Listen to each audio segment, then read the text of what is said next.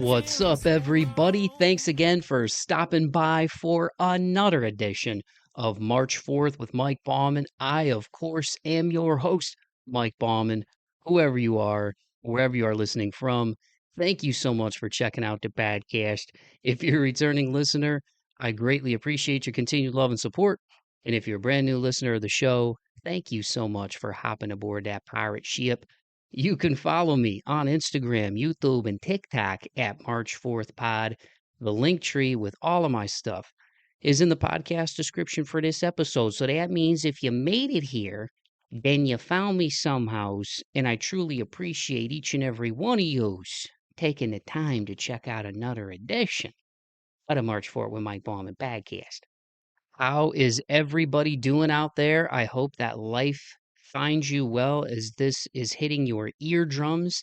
And also, breaking news, the podcast is also going full video. So I'm going to have the full video starting with this episode on YouTube from now on. It's been something I've been meaning to do for a long time. And, where I come from, it's don't talk about it, be about it. And your boy had to look himself in the mirror and go, you know what?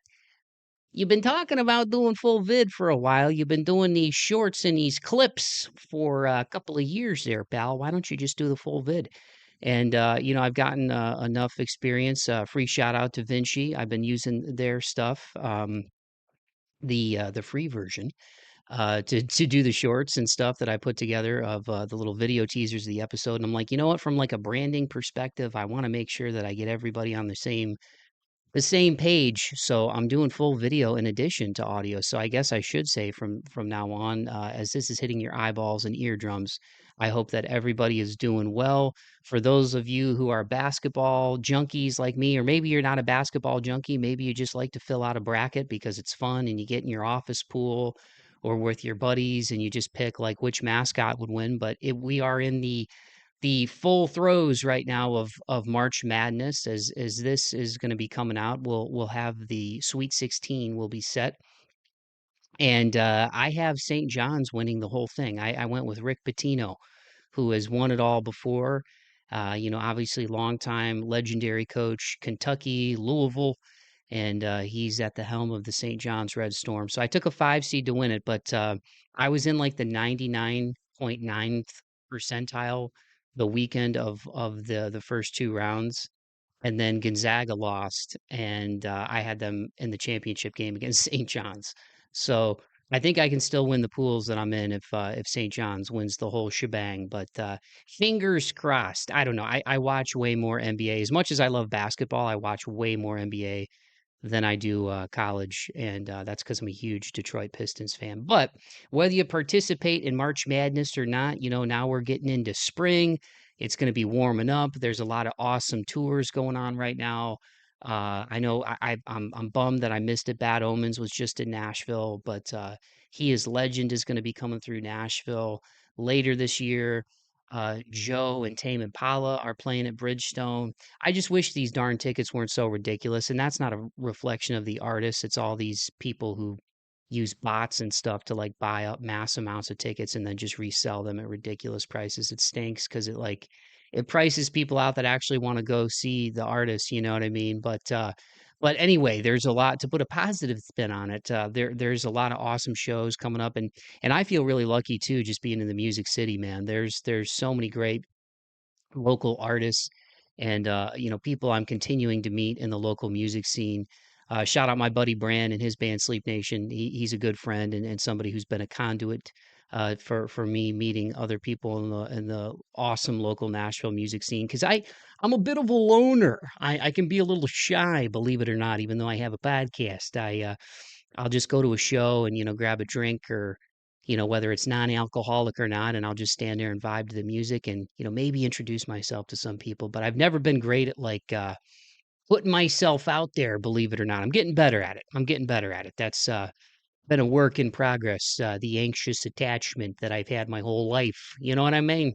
But that's a long way of me saying there's a lot of great shows that are coming up. It's a great sports time.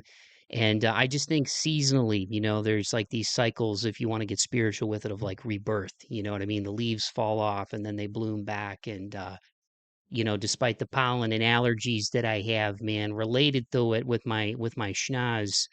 I always loved spring, even when I was a kid, man. Just because, like was just saying, sports, music, and especially now that I'm older, being in the music city, seeing all these awesome tours, and being a heavy music fan. Like I think heavy music is in a great place. So a lot of great things in the work. We got the podcast in the works, rather. We got the pod going full video. I didn't even have caffeine today, and I'm just rambling, man. I'm a rambling man right now, but yeah, podcast is going full video. Thank you to everybody again who continues to like and share and subscribe and do all the things. It really does go a long way in helping get this podcast out to more people, and putting you guys onto to artists who I think are really dope, and also sharing conversations about people, going through real life stuff.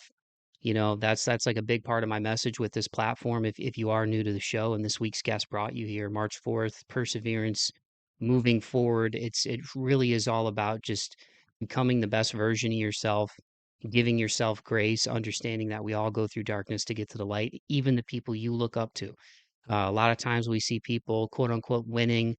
We use phrases like that a lot in our culture. Oh, they're killing it. Look at, they're winning. They're killing it. They're doing so great. And we measure so much success either on money or likes or follows or downloads or streams and all these things. And even though there's measurables and there are metrics to stuff, at the end of the day, if you're alive and you got breath in your body right now, and you are because you're listening to this and or watching it, you are worthy. Okay. You're a walking miracle, the fact that you're even alive. So if there's any kind of solace or inspiration I could give you, this goofball, it would just be that, man. Just know that you are worthy of love, you are worthy of your dreams, and I hope these conversations really, really speak to you in that way. And speaking of being worthy of love and dreams, I get a lot of love from California on this show. There's so many awesome bands and artists that I've had on the show over the years, and people from California, and it's really cool to connect with people across the country. I've never been, and which stinks. I need to get out there. But I get a lot of love from the West Coast, man, and bands from different genres. And one thing that I think is really awesome outside looking in from the artists that I've had on the show from Cali is that there seems to be a lot of camaraderie out there. And whether these bands are going on tour with each other, playing shows with each other, showing up to the other band shows or music releases, and it's really cool, man. It goes back to something I heard Jamie Josta from Hatebreed say a long time ago, which is high tide raises all ships. And I think it's good to have healthy competition. Like if somebody puts out a sick song and you're like, "Yo, dude, that was sick, man. We gotta step our game up." But in terms of trying to be the best, like I never believed in like you elevate yourself by stepping on somebody else, to or stepping over somebody else to get where you want to go, man. And so that's one thing that I really love from what I've seen, outside looking in from the artists from California that I've had on my shows, is just like how they all support each other. And this week's band is a band that I discovered through mutual friends in the Cali music scene. And they had a new single that came out. They were teasing it before it officially dropped earlier this year. And I was like, yo, this sounds sick. This is up my alley because I love metalcore and modern metal, alternative metal, all the subgenres of metal. I'm down for all of it, man.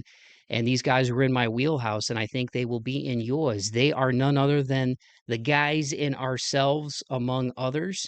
They are from California, like I just said, and they're friends with multiple artists who I've had on this show. They have played shows with those artists, and we'll get into it in this conversation. But these guys are sick, man. They have a lot of collective musical experience, as you guys will hear in this conversation, and they came together with Ourselves among others, and really are drumming up a lot of attention.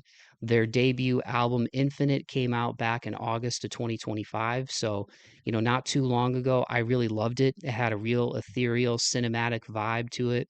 And I love me some cinematic vibes in music, man, when it really takes you somewhere else. And it was a great front to back listen. I really vibe with Sink Me Down and Stay Another Day. And when we get into that one on this one, their latest single, Drain, which they just dropped earlier this year, they did a music video for that on their own, and that music video, which they partnered with BVTV for, is already over 14,000 views. They have a forthcoming single called Parasite that's out April 3rd. And, again, a lot of cool shows over the years, including being part of the Artery Foundation Winterfest. They did a Cali tour in January. We talk about so much on this one, and this conversation gets heavy at times, man. Grief is something that comes up on this one, remembering loved ones, persevering through the difficulty of loss and how music is a part of that. And this conversation really is just the embodiment of what March 4th is all about. So shout out to Drew from Ourselves Among Others. He actually couldn't be part of this conversation because he was sick, but we were able to get Jake, Matt, and Stefan of Ourselves Among Others for this episode of March 4th with Mike Bauman. So without further ado, I'm gonna shut my big yapper and give you guys my conversation with Jake, Matt, and Stefan of Ourselves Among Others. Here it is.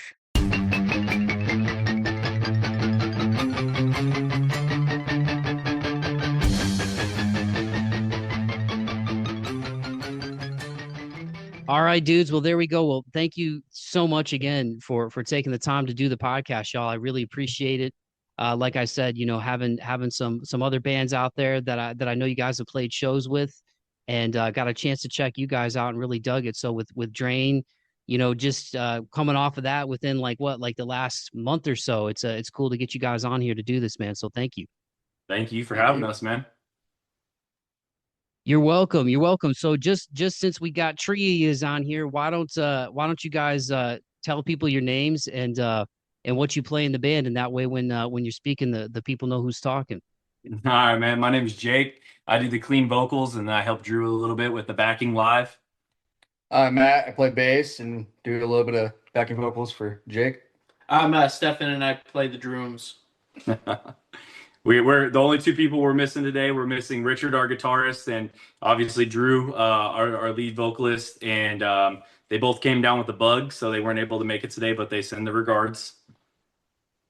Well, I hope get well soon, fellas. But yeah, I'm glad that we were able to get y'all on here, man. And I guess just as a place to start, I always tell people I feel like when you meet fellow heavy music fans out in the world, it's kind of like the Spider-Man meme. It's like, oh, you too.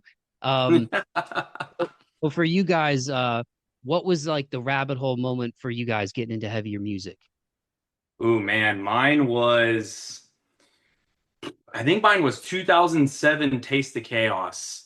I think that's where it was, man. My dad at the time, he got some tickets. I think he won them off of a radio station, and I listened to a little bit here and there. You got your dad in the garage with some Metallica playing or something really old, and then you know, to, completely different, to where we become now and watching the genre evolve and everything. But that was Avenged Sevenfold and Atreyu and Bullet for My Valentine. So that was my first, foot in the door of walking up somewhere. I think Bless the Fall was there. So that's the metalcore intro right there as well.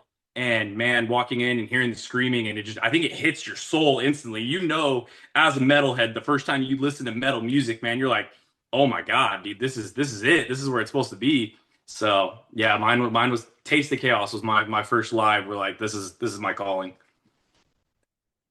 I'd say, yeah, in the 2000s, my brother introduced me a lot of music. Like we'd be driving out to Oklahoma. My mom's got a lot of family that area, and we would bug her with this good old CDs back in the day, throwing on Linkin Park, and he'd do like the rap Mike Shinoda parts, and I would do this, Chester parts, and just singing and screaming back and forth. He showed me a lot of Rammstein. He even was the first person to show me My Chemical Romance.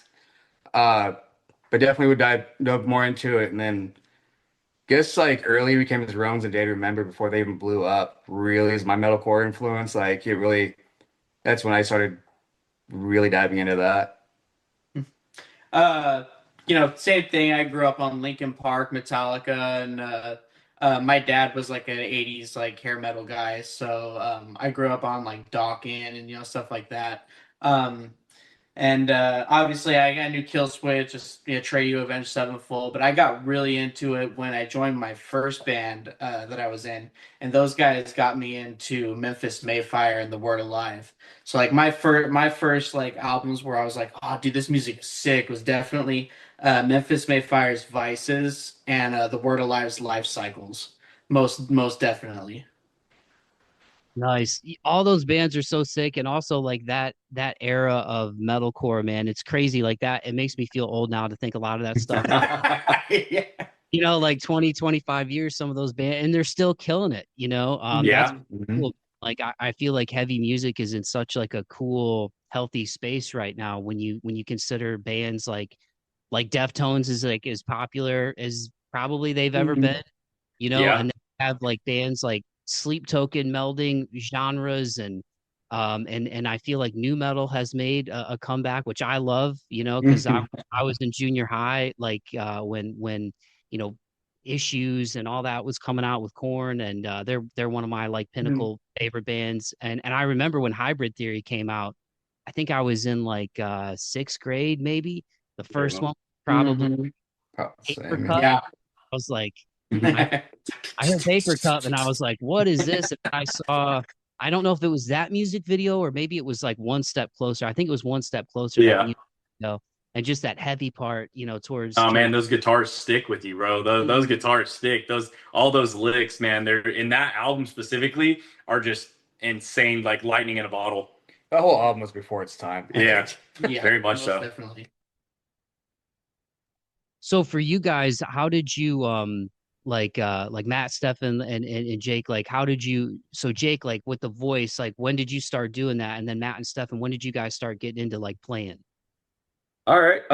So the voice, I mean, if I go back to when I was real young, I was raised with my mom and then my dad listening to two complete different genres of music. My mom was more of the R&B and hip hop, and my dad was, like I said, the country and rock. So I had the lighter voice. Obviously, I don't have a very deep voice when it comes to singing, but I'd be singing like all these country songs and trying to vocal match everything I could find, in my range. And then you go to the R&B, which is just all flowy and trying to, get in that. I remember, I mean, it's a completely different genre, but my mom used to have this DeBarge CD that she would wake up to every day. And to this day, I mean, it's the music is stuck in my head because it was an alarm clock. But you end up singing it and going like that and being a little kid with the karaoke machine and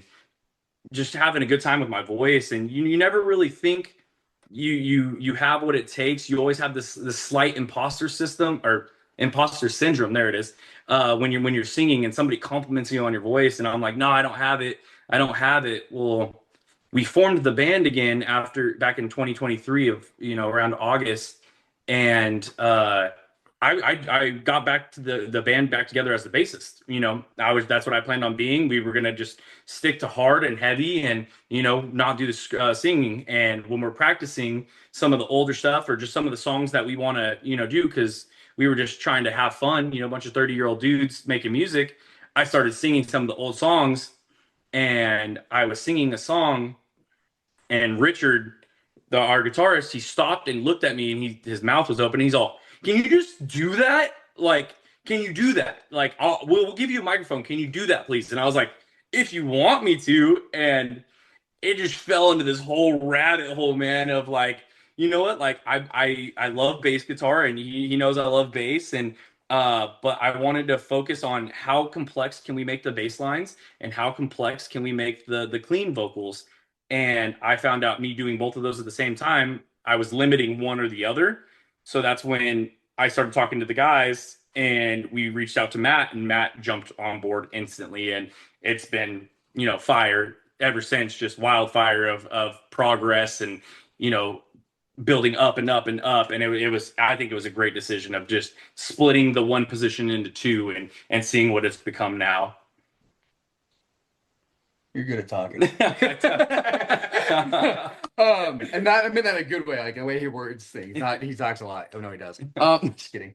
I actually the different because he used to be a bassist. It's funny, like in high school, like for music. I mean, same thing. Growing up, I listened to a lot of different genres too. Like my parents, I'm from a small country town in the mountains, so like country and things like that were big in my family. I'll bust out some Tim McGraw right now. Like, um, but I grew up singing more. I played a little clarinet, was like in like middle school, and a little bit of piano. Not very good at it, but still mess around with it. But I sang in some bands in high school, and then after high school and college is when I really started picking up more instruments. I joined a band with a guy from Skylight Drive, who we all know, Jordan Blake, was a singer, phenomenal person, phenomenal voice he had, and I was actually going to just play live keys for them. And then we never had a bass to stick around, so I just decided I'm gonna go buy equipment and learn quickly, which thank God I did, because here we are today. Been playing bass since then. I'll still dabble and sing here and there. That's why like some things maybe I'll help Jake if he ever wants. Um, I actually stepped away from music for a while until these guys hit me up one night, and like he said, it's been wildfire. I think we work well together because we both were saying we both played bass, so we kind of go down rabbit holes real fast. Oh yeah, when we get together, man, it can go crazy really quick. You know, we were just talking about a music video that we have coming up actually for our next song, and we were just eating tacos, Tuesdays, and Tuesday. a typical music video is like, all right, let's just find a background and have a camera guy shoot you and make us look cool, man. And then we started developing a story, and 4 hours later, when you start at 8 p.m., man, and I got work the next day, I'm like, parking lot of the Mexican food. yeah. Guys staring at us like, what are you guys doing? And you Cars can't driving driving up, up like- tacos and good ideas at the same time. yeah, Go ahead, Stem. you're up, man. Oh no, you're good. I like listening to you guys talk. To be honest. Yeah. I haven't really played any other instruments. I like beating the snot out of my drums like they owe me money, man. I started playing drums in middle school, around 2006, 2007, and on like a symphonic band type stuff. And when I got to high school, I started like trying guitar and like piano just to like learn the theory side. But my mom and dad got me like a drum set when I was in 8th grade, so I always had something to go home and mess around with on my own time. And then, like I said before, when a little after I graduated, I started deciding to like try to find a band, and thank God for Craigslist. Back in the day, yeah. I ended up finding my first band, Visions and Sleep, out here. Played with them for about 4 years, and then after that ended up dissolving. I took some time off, got married, had a few kids, and then Drew, our harsh vocalist, I was in that band Visions with him, and he ended up meeting all these guys. And he started bugging the heck out of me, like, dude, you got to come join this band. You got to play with these guys, because these guys went through like 3 or 4 drummers, couldn't keep a guy. Yeah. And so I ended up joining in, and yeah, it's been a massive fire ever since. It's like the campfire was there, and like join all of us together with us in sync of we are just drop gasoline on the dang thing. Mm-hmm. Yeah, I love that Craigslist. That's how I met Richie, and then because I met Jordan. Here we are meeting. No. Craigslist literally funny. My wife hates me for this joke, but Craigslist literally changed my life. When I got on Craigslist and found my last band, I met my wife through that band, and There we go. and so forth. So like literally, if I hadn't gone on Craigslist, my life would be totally different. Shout out to Craigslist, man. Hey, Dude, Yeah. yeah. Yes. Is that still a thing? Craigslist still I exists? think it still exists. Just you can't like go on. I don't think it's the same as it used to be. Like you can't go on and look for like I haven't been on Craigslist in years. members easily. I'm sure there's a lot. Well, of things Marketplace I put a can say. huge dent into it. I know that, but yeah, We're it's old. different. Yeah, I mean, we're born before the internet. I think all of us, man. So Yeah. roommates, wives, and bands, man. There you go. That's crazy. Mhm. Nutshell, man. No, I mean, I think even back in the day, like I think that's how, like, well, Lars and James Hetfield met from like I think an ad in like the paper. Newspaper ads. You Yep. know, Mhm. yeah, so back in Black the day, Sabbath too. yeah, the newspaper ads, man, Mhm. but yeah, I remember like the early MySpace days. Remember bands would blow up on Oh, MySpace like I pre it all. miss was so MySpace. easy, man. It was so I easy. could put my own band in my top 5, and people were like, "Yo, who is this?" Like, what's up? Dude, I remember you wanted to book a city on MySpace. So what you did is you went to add friends from your band page, enter the zip code of the city you're playing in, and just start pressing the add button on everybody. Because if you got half or 10% of those ads that you were sending, and those are fans that you never had, you know? It was the opposite. The bands came after you. You didn't have to seek out the bands. We went after the fans themselves. Pre these mysterious algorithms that are running all of our Oh, lives, you know? It's yes. crazy. It's Dude, you crazy. can't watch one YouTube video about anything without it just being the rest of your life for a month. You're like, can I have my YouTube back? Yeah. Algorithm is the what we live by Let's these just days. keep that going on. What's weird now, has this ever happened to y'all where like I swear to God this has happened to me like two or three times and I'm like this like we're in the matrix, man. And I even told my buddy, I'm like, there's times where like I mean, I'm at that age now, dudes, where like if I lay down to start watching something, like it's over. I could be in an IMAX theater, like a 4-story tall screen, surround sound, and if I'm horizontal, I will sleep through Yep. it. But then you'll wake up and your TV will be like, "Are you still watching this?" I'm like, "Am I in a Black Mirror episode?" But then there's times where you'll like think of something. This has happened to me like once or twice. Recently with salsa, and I got like a salsa ad in between a YouTube video. I'm like, "This is tripping me out. Yeah. Like this is It, tripping me out right now." if you want to use the system against itself, man, and you forget something, try to think about what that one thing is. Don't remember it all the way. In about a week, it'll show up on your feed. So you're good. It'll come back to you eventually. You lost your keys. Think about them. Facebook will show you in a week where they were at. Dude, it's wild. It's freaky now. But yeah, and on one end, it's like and I've talked to some other artists on the show about this. And thanks again, dudes, for taking the time. I appreciate the Of conversation. course. Like, it's like on one end, these algorithms can kind of like put you on to bands and suggest things to you. Like you can play, a corn song, you can play an Ourselves Among Other song, and it'll be like, oh, if you like stuff that sounds like that, maybe you'll like this.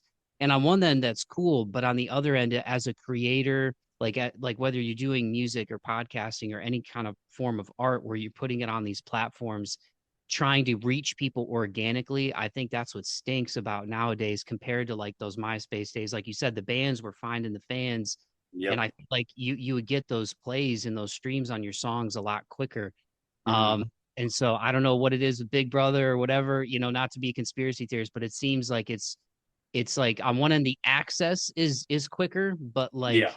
like pushing yourself out there takes a lot more legwork. Yeah. No, very much. And like something I never realized of being a smaller band, that's all we've ever really been is a smaller band, trying to work our way up.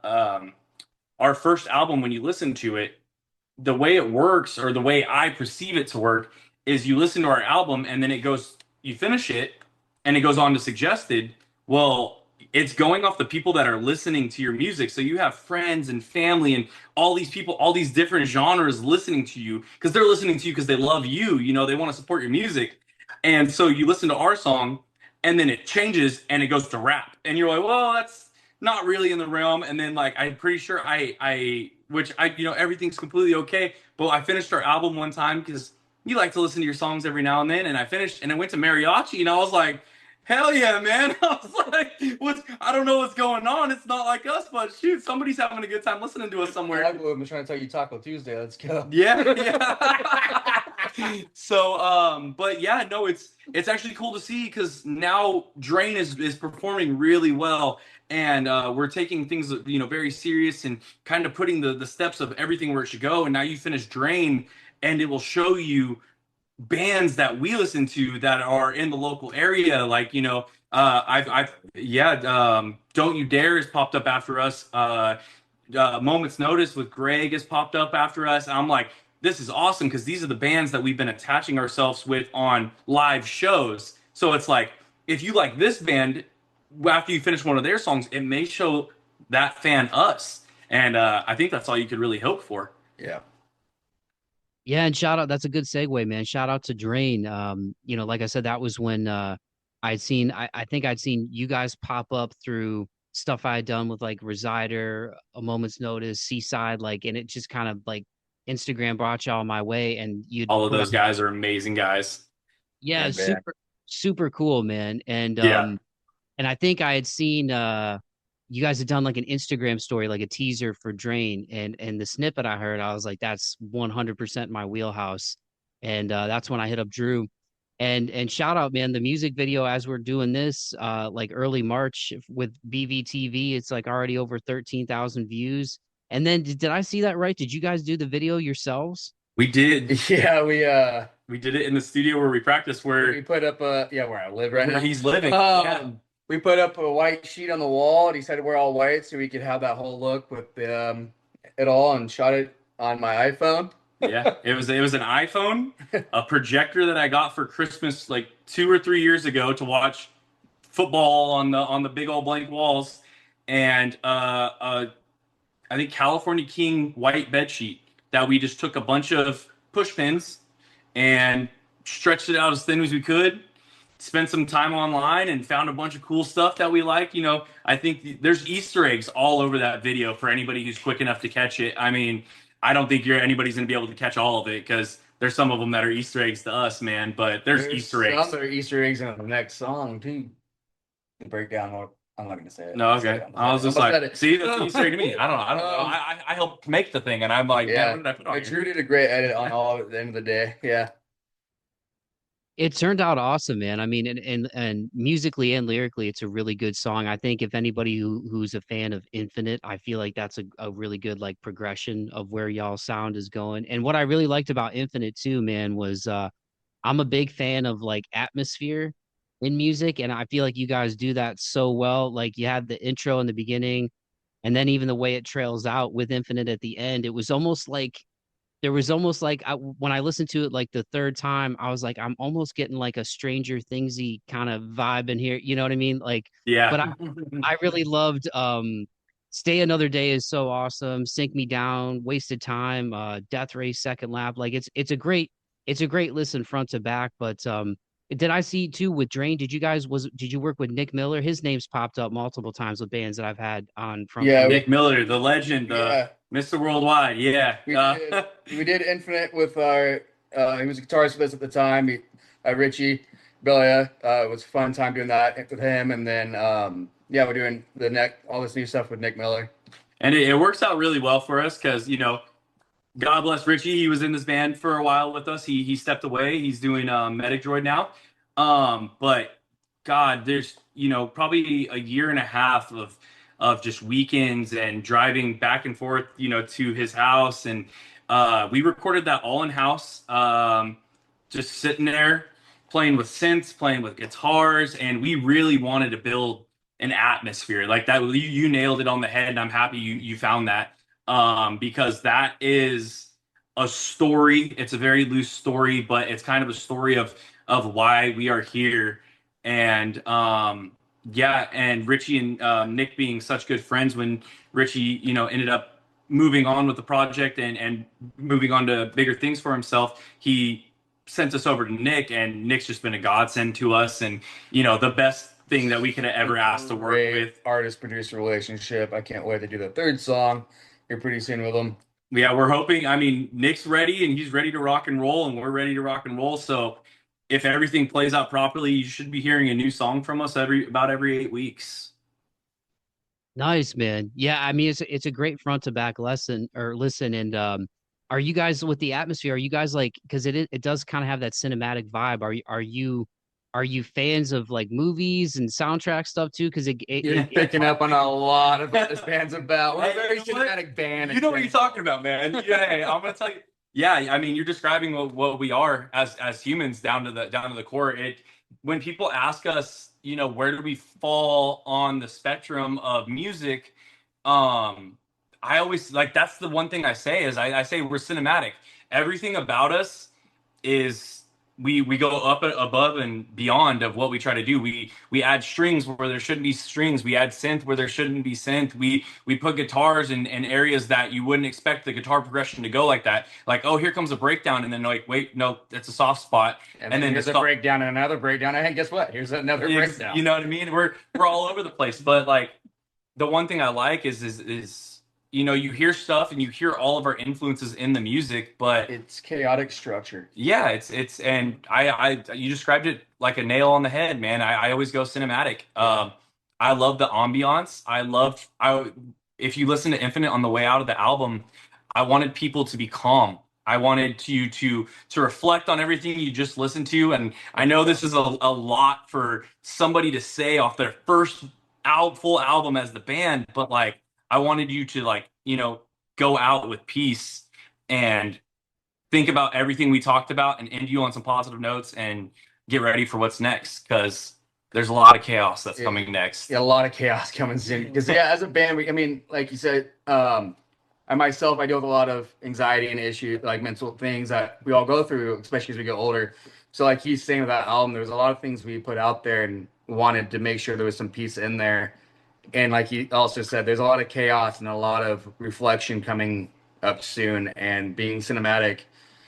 We've heard it once before with Wasted Time. Someone was watching the Wasted Time video and they're like, if they put as much energy live as they do in this music video, which I think we actually go harder than we do in the music video live. We just want to make sure everybody feels in every form, everything we do. Yeah, and especially this last show that we played over at Goldfield's Trading Post out here, we were able to mess with they had a huge video wall behind our set. So like you said, cinematic, we were able to even add to that, throwing up, you know, videos like backdrops and all that. You know, being able to put our lyrics on top of the wall so, you know, people can get a chance to, you know, grab more onto the songs. I mean, and that's something I learned from that. This was just one of those, you know, bowling ball ideas. It just rolls into a bigger idea. You go to live shows, man, and you see bigger bands with video walls, and some of them will just throw the, you know, texture, just Microsoft wallpapers up, you know.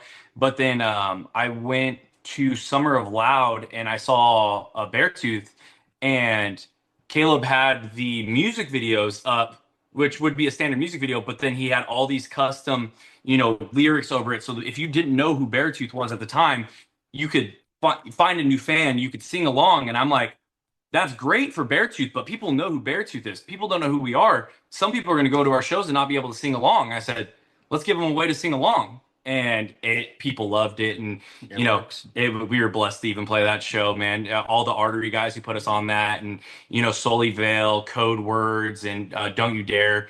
Those dudes were amazing to us. And probably, I mean, the best show I've ever played. The most fun, most energetic, biggest crowd. We had a wheelchair. I don't know if you caught our Instagram, man, but we had a wheelchair go up in the sky. And when you're on stage and like look out, you got a circle pit and there's a wheelchair right next to your crowd surfing. Like, whoa! I almost broke, man. Like I'm sitting there, I'm singing the song, and then I see a wheelchair pop up in the sky, and I have my mic, and I'm like, what is this? What's happening? I mean, if you watch the live video, you see Richard point. You see everything. And then he basically runs across the stage, just can't help it. Like, holy crap. I think we were trying to all, like, we were in shock, but we're like, is somebody taking a picture of this? We got videos, but we're like, please tell me somebody's getting this. So rad. That's sick.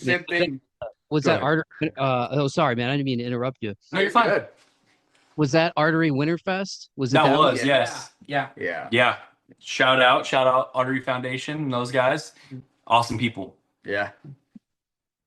Yeah, with that, like the video wall, like you saying, the wheelchair, I'm pretty sure because our cinematic wall, he put that one together, and it was what was it? Twisted Metal. Twisted Metal video. I did that for Death Race. A bunch of different things in the background. So like, I think you got wheelchair, circle pit, Twisted Metal, me and Richard doing our spins and jumps that we do along with him and Drew, him just going ham. It's like the whole thing, and then you get down to the end of the day, and you want to talk about almost breaking that's, you know, a more heartfelt song. He can go more into it. That's definitely one of his big ones.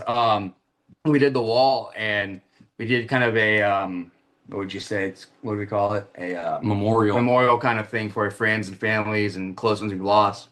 and kind of threw a curveball in the crowd. And when you look out and you see people you don't know, like, I mean, my mom was there, so I knew she'd be losing it, which my mom never goes to our show, so that meant the world to me.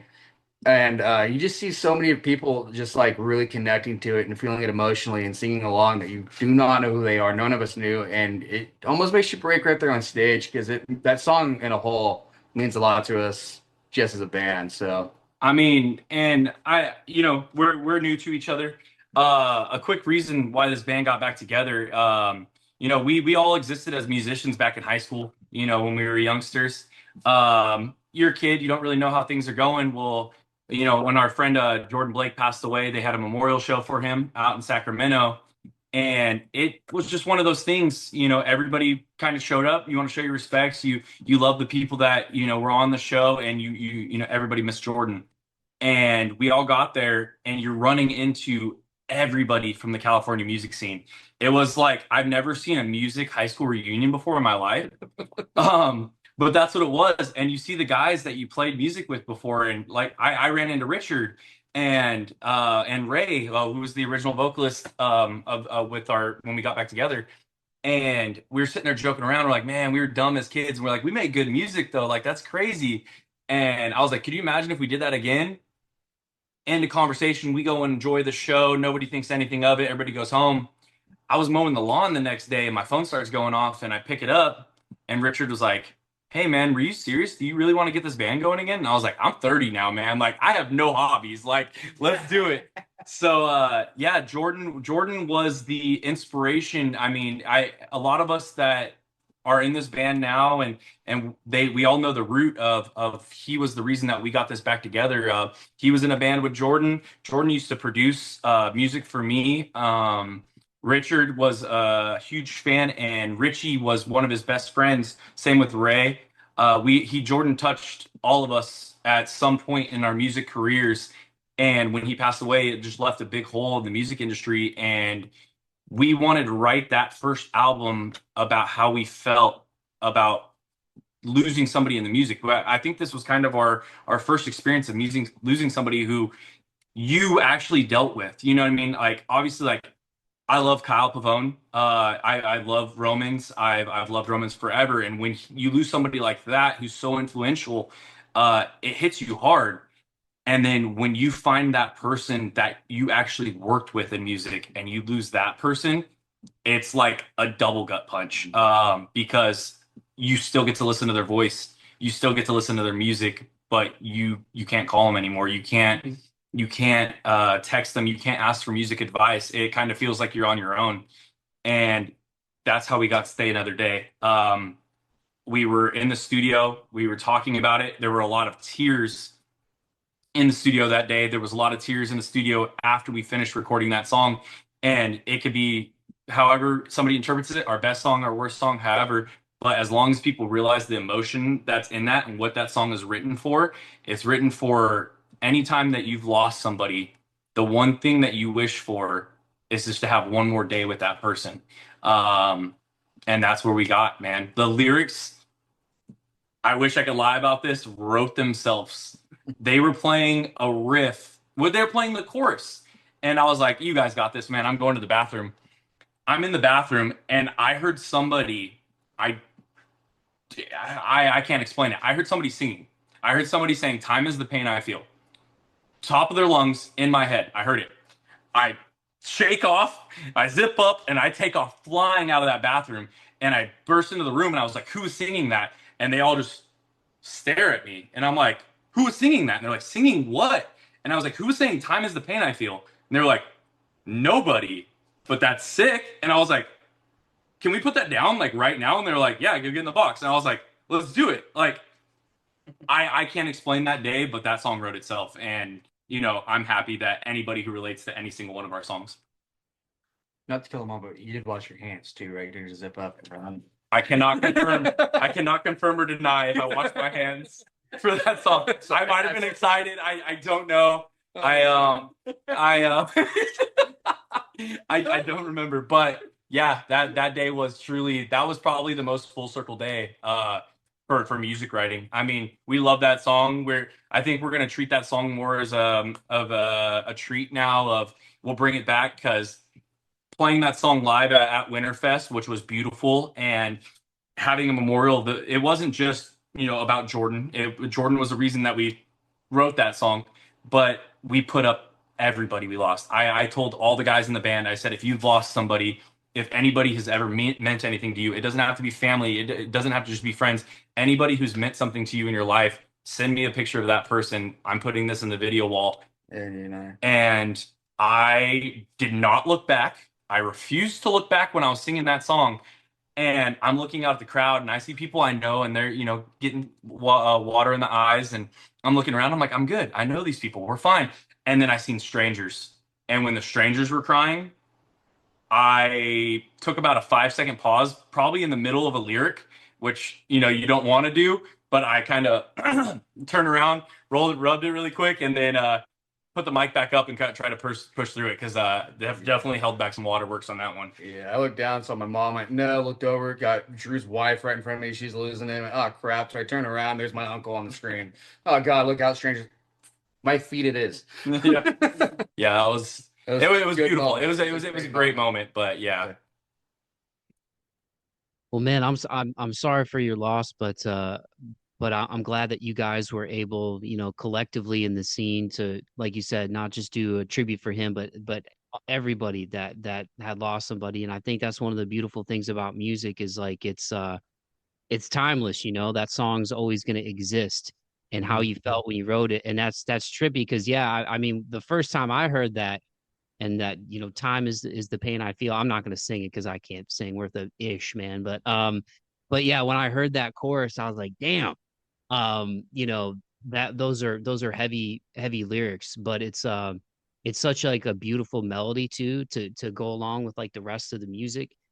So that's trippy how sometimes things come to you out of the ether like that with music, and you end up like the vessel to kind of put it through. And yeah, that's definitely I mean, like I said, it's a great front to back lesson, but that or listen, but that was like one of the standouts like for me when I heard that, because I think anybody can relate to that, any kind of loss, whether it's death, heartbreak, friendship, whatever, like, time is the pain I feel, because it's just kind of one of those things where it's like, and there's even another line in there about like time healing all wounds, and that's not really true, Yeah, and it's a and lie.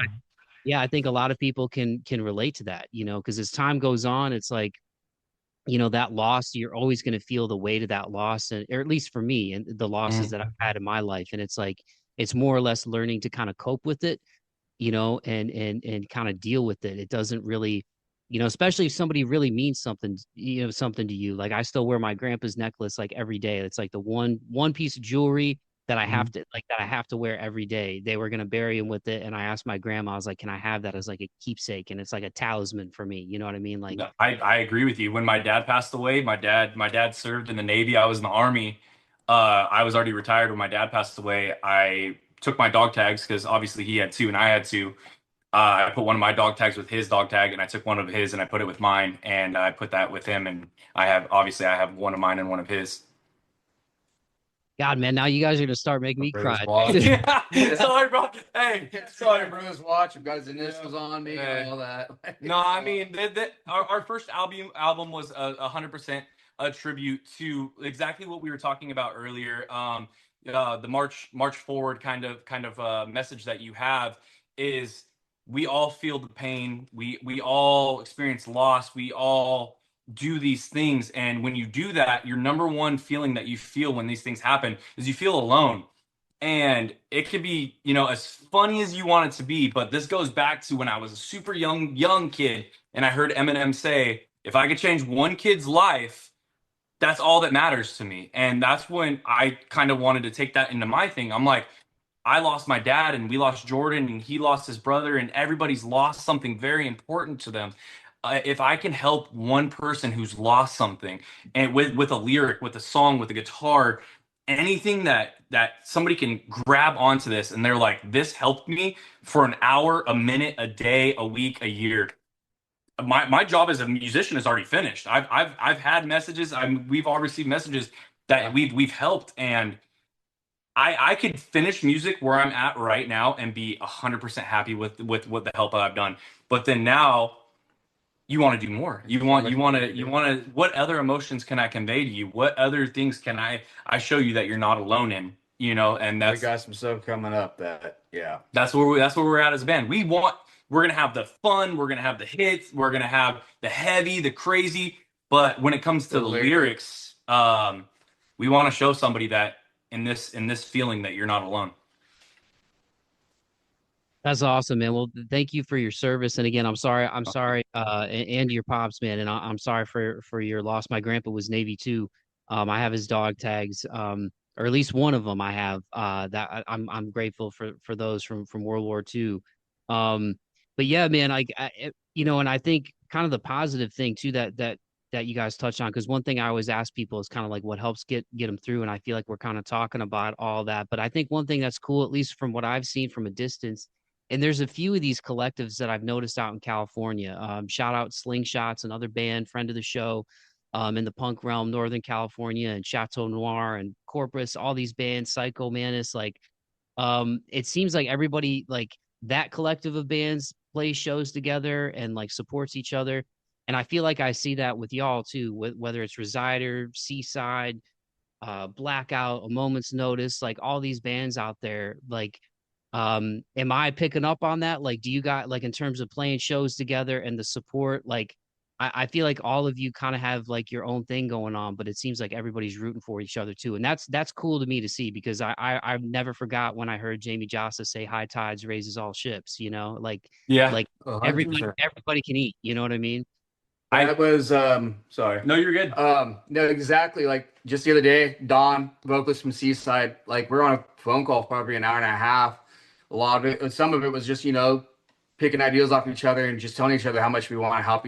You know, I got you. We always got each other. Like we always want to see each other succeed. It doesn't matter who succeeds more, as long as we're succeeding, and we want to see our friends and family do so too. Oh yeah. And of course, we're both dads, and you know, we connect and everything too. Like it's cool that we can reach out. Like Greg from Almost Notice, he's our manager, but not just our manager, a very good friend of ours and a very good person. And Yeah, we me can and reach him out to spent him and talk, and like Don and all the guys, is just being able to do help each other in music and outside of music. Yeah, me and Greg spent an hour on the phone together, just crying about Max Crosby together. So, you know, we it was like a virtual hug. Raiders you know. Raiders fan. They never know when the pain stops. Oh, that's see, and it's good being a Raiders fan, is because I could write really sad lyrics all the time, you know.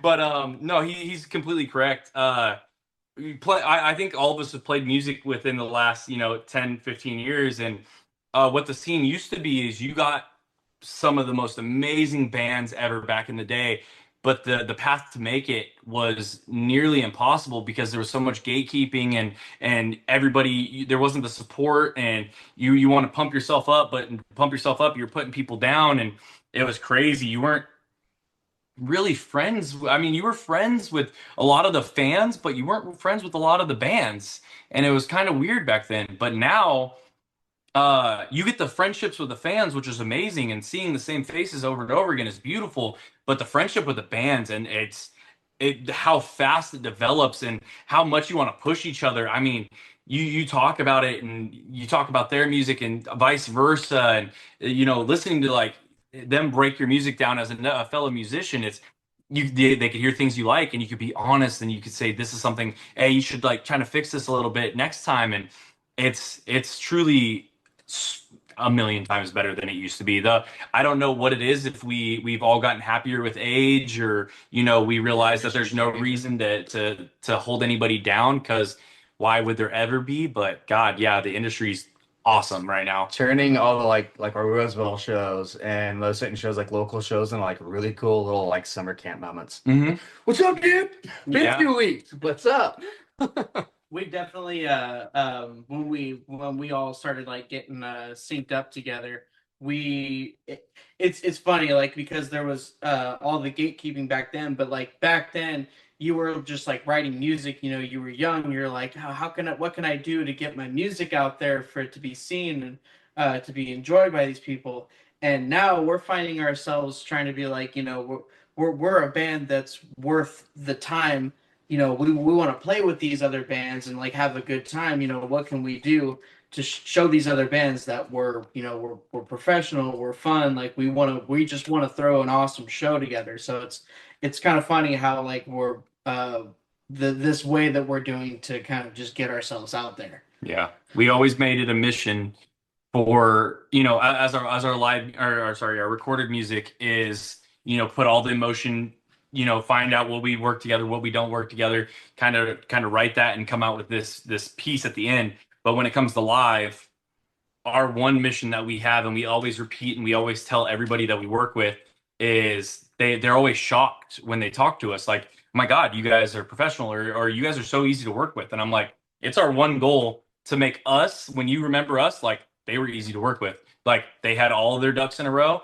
Everything that they needed was already done. You don't have to tell us twice ever. If you need us to do something, you tell us once, you look back and it's done. So that's one thing we pride ourselves on as a band, is that we like to leave that positive reputation in anybody's mouth, whether it's a fan, another band, a label that's sitting in the crowd, a bar manager in the back, somebody running the door at security, whatever they told us, it gets done. So yeah, I've been saying since the beginning, it's not that we all don't struggle with it, including myself being negative at times, especially in this industry.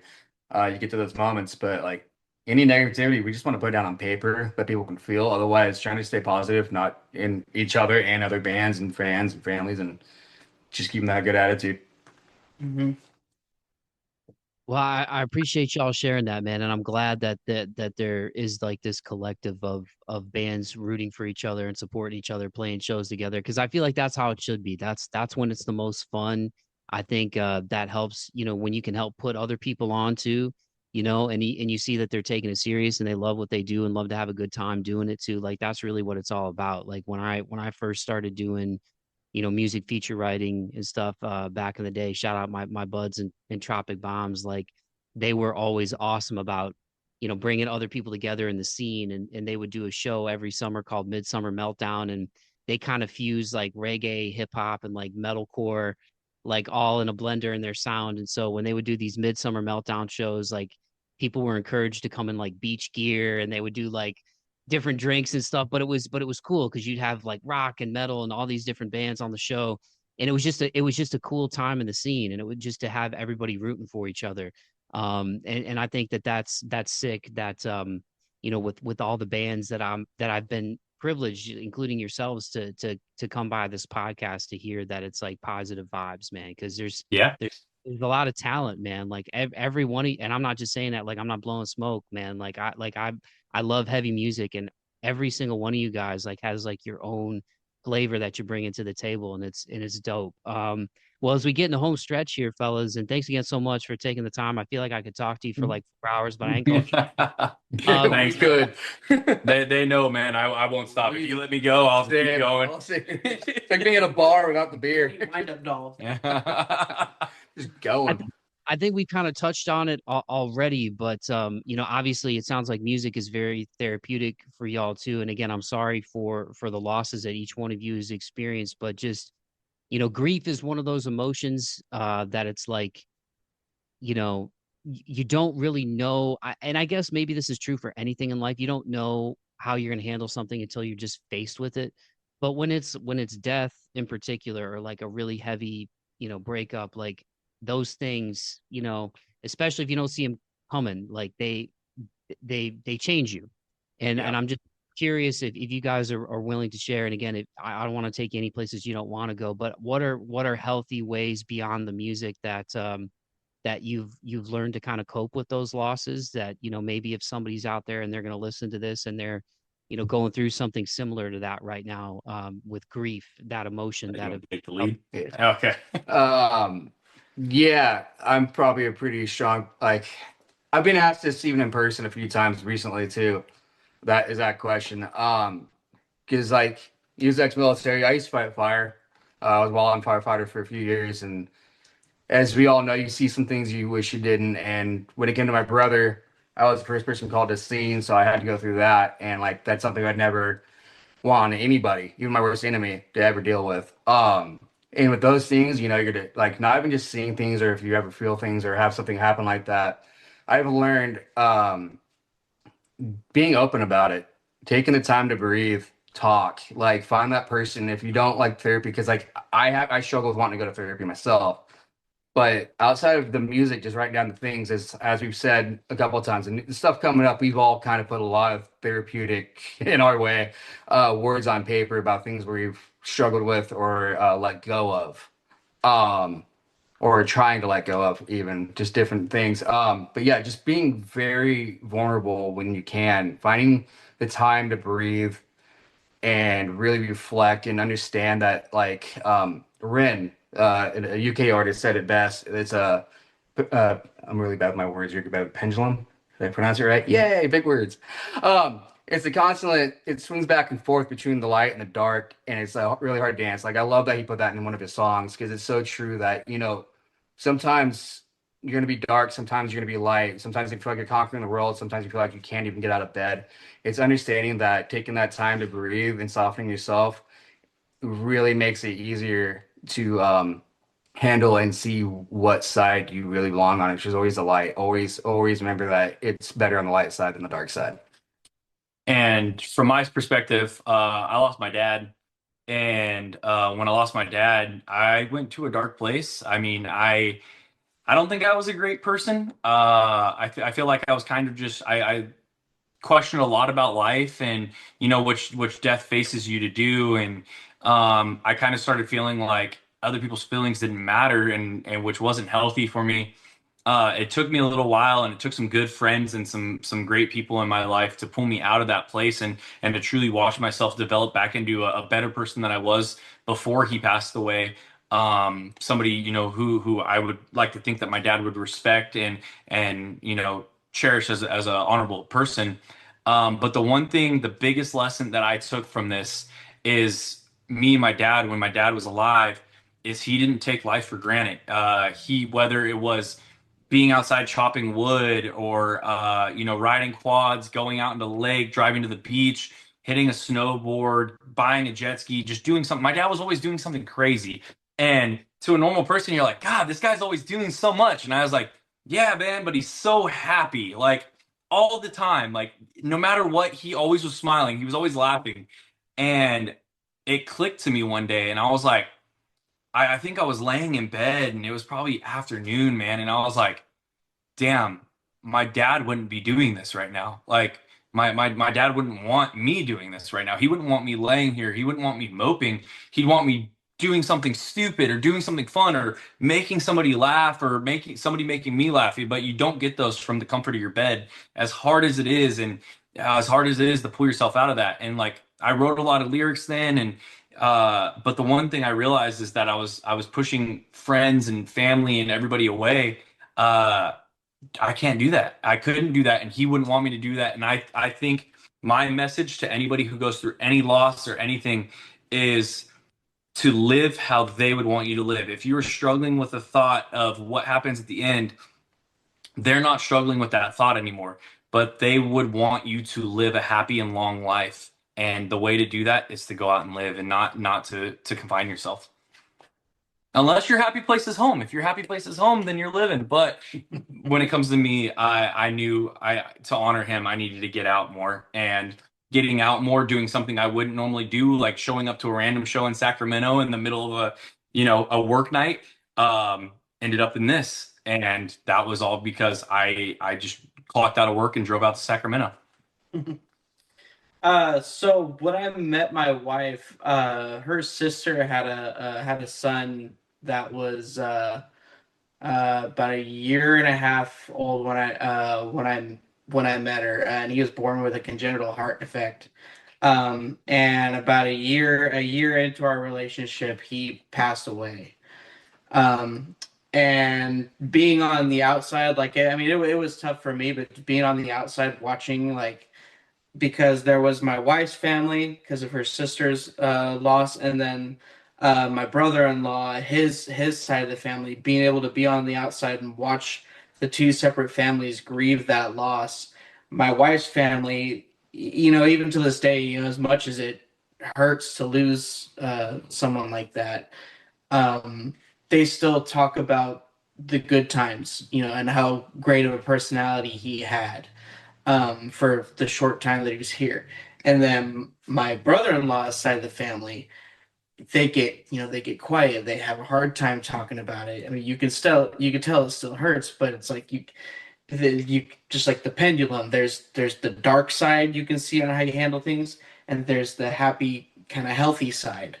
Either way, it's still gonna hurt, but at least through that, it's kind of shown me, the healthy ways on how to handle things like that. When you lose somebody, it's healthy to think about the good times and how they affected you, and then how you're going to take that forward in your life. Like, Jake said, like, get up, do something, live life to your fullest, because they wouldn't want you sitting and, grieving and moping for a long period of time. I had one saying at the last show. I think I was fighting back tears, like I said, and stay another day. And the pit was building up, and they knew the breakdown was coming of the song. And instead of singing the actual lyrics of the song, I said to the crowd, "I want you to go as hard as you can in the pit. Go as hard as they would want you to go." And which just caused chaos. I mean, it was bad. I was my face off and jumped in that pit. I was on my bad. That hit me hard on stage. Yeah, but every moment's beautiful, man. And every connection, like getting to meet you is something that we wouldn't have been able to do without this path that we're on. And sometimes you want to fight. Is there a bigger picture? Isn't there a bigger picture? Who knows, man? But we're all on this fucking journey, and we'll find out together one day. But while we're here, let's just enjoy the ride. We've got one shot.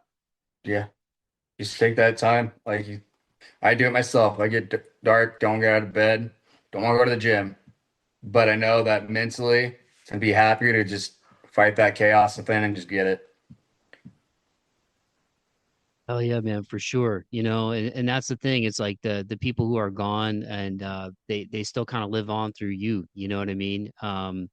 Whether you give the names to kids or family, or just mannerisms, things that you have, like just genetically, things that you do, like that just it's those people that are still with you. And I'm glad that you guys have music as an outlet for it. And again, I'm so sorry to hear about the loss that all of you guys have gone through. Yeah. I think Part of one of life. the positive side of grief, if there is a silver lining, and how awful those losses are, is that when you can connect with people in a positive way, and you have a healthy outlet for it, you can still transmute that negative energy into something positive. And that's like one of my favorite things about heavy music. Like, I'm not a good salesman, but I always tell people, like, heavy music is a positive release of negative emotion. Mhm. Like, full Go to stop. any show. Angry music makes me happy, man. That's the thing, And most of the people, you go to a live show. I've had so many people that did not care for heavy music, and I've had people go to one show and be like, "Man, that was one heck of a great energy. Everybody around us, people pick each other up. I think I got to go to every freaking metal show I can now." And I'm like, "Rock That's the on." thing. Whether you're at the front of the cage, or the front of the barrier getting kicked in the back of the head, or you're in the pit, or you're in the backs with your arms crossed, man. Everybody has their way to enjoy it, and it's just fun to be there. I like to thank everybody for keeping music alive. Just as we were thanked. When you attend a show, you hear the words that these big guys tell you, and it's an honor to be able to even step on a stage and say the same words to the fans that show up. It's beautiful. And you'll never see a more helpful group of people than when somebody falls in a mosh pit. True. Guaranteed. This dog just walked up and farted. I heard it, but so hard. I was like, what just happened? No. I turned around like, "Is that Bentley?" Yeah. Yeah. What's up? Bentley's like, wrap it up. Well, in all seriousness, I really do appreciate the time, fellas. I'm excited for y'all. I'm excited for what's on the horizon. I want everybody listening to go listen to Infinite, go run up the numbers on Drain. Keep an eye out for the new singles that are coming. I will put the links in the podcast description, but let them know where they can find y'all if they're new to Ourselves Among Others. We are Ourselves Among Others on Facebook, Instagram, Spotify, Apple Music, Tidal, anywhere that you could find music, we are on. I think we even put ourselves on Roblox one time. I don't know. It was a button I could press. I pressed it. I don't know how to work Roblox, but Bands in town. yeah, we're on everything, man. Yeah, thank you so much for having us on the show. It means the world. Like I said, I will never deny anybody an opportunity to sit with somebody to talk about music. These guys love it as well. Drain just came out back in February. We have a new announcement. You should see it within the next week or so about the next single that's coming out. It should be a fun ride. We're definitely pumping up some energy. So definitely check us out. We would love to meet some new fans, and if you ever have a question, you want to talk to us, our DMs are open, man. And if you ever see us a live show, whether it be local or anywhere in your state, town, city, whatever, we don't bite. We love to talk. Yeah. Love to meet everybody. I just want to give you a quick shout out, man. Hey, your breakdowns of our music was spot on, man. That was very impressive to watch. So you have an active ear for music. I love to hear that, and you caught a lot of what we were putting out. So again, thank you so much for having us, man. It means the world. And anytime you want to talk, hey, like I said, we already have DMs together. So if you want to just hit us up and talk, man, hey, we're here for you.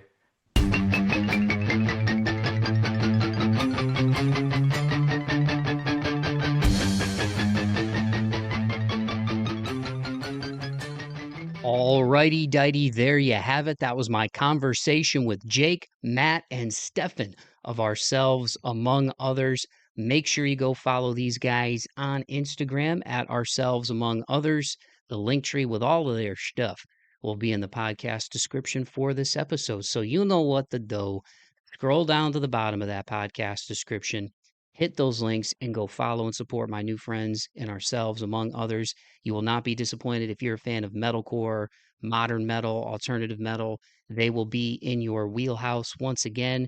Their latest single, Drain, which just came out at the beginning of February, is out now, available wherever you get your music. So go run up the numbers on that. Go check out the awesome music video that we discussed in the conversation.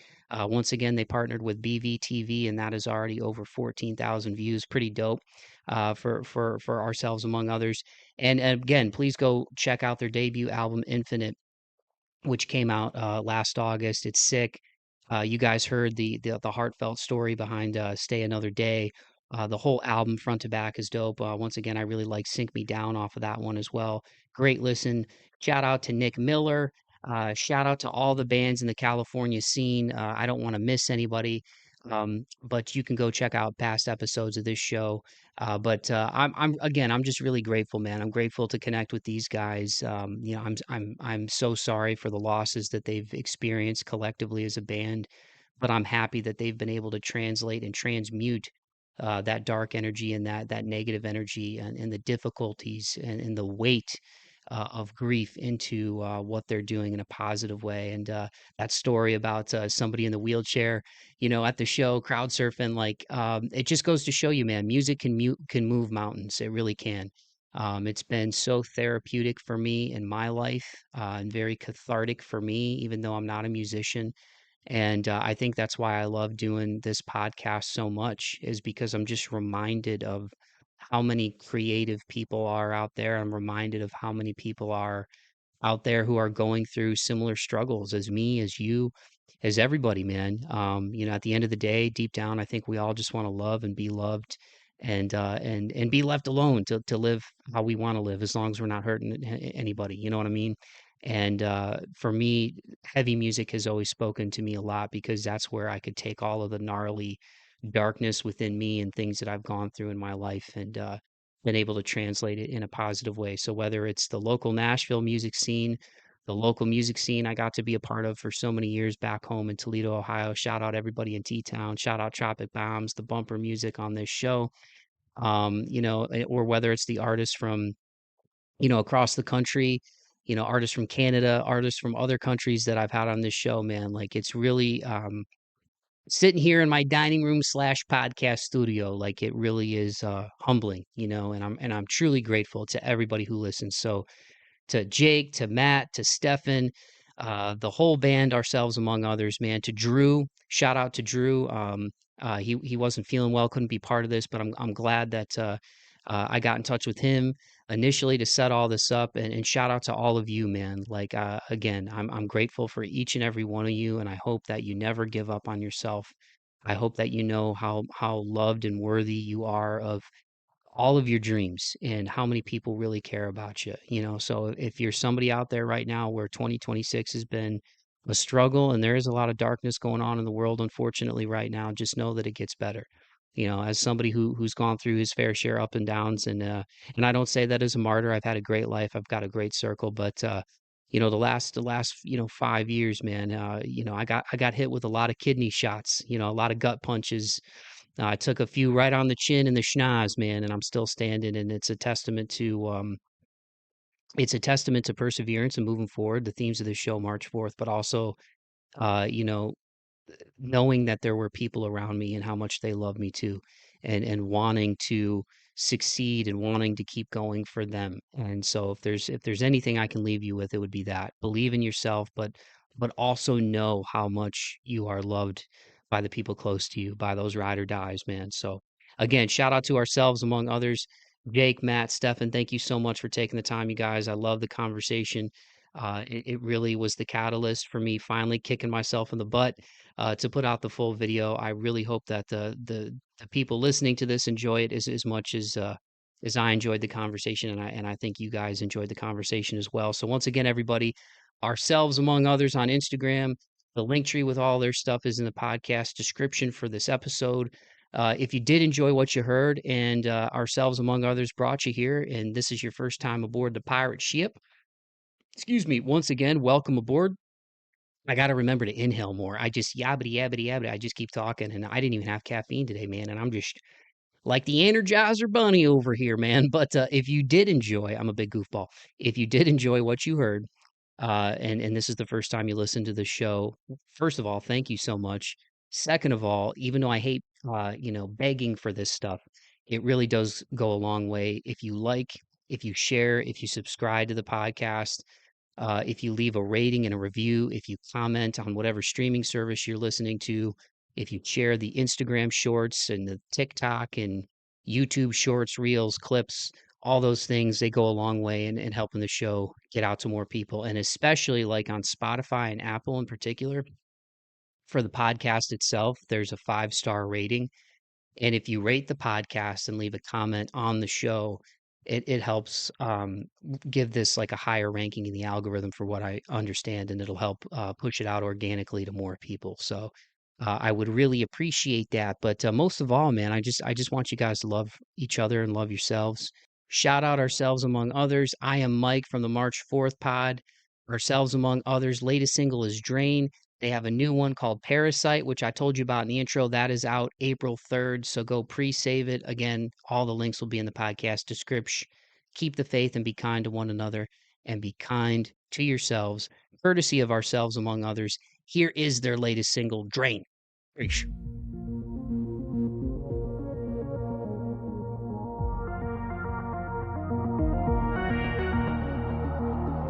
I can feel the life being drained from me, losing the light that I held so deep.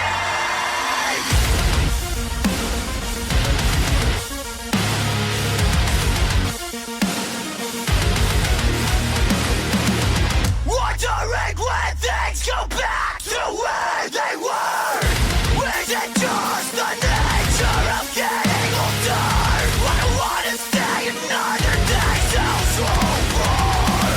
With every day that I want the pain, I just want to breathe again. Swallowing rage just to feel until you burn away. Some way, somehow, I just wanna feel again.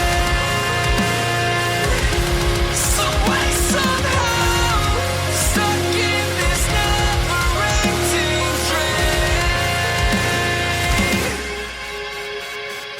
Where's my moment? Where's my sign? I just wanna wake up and feel alright.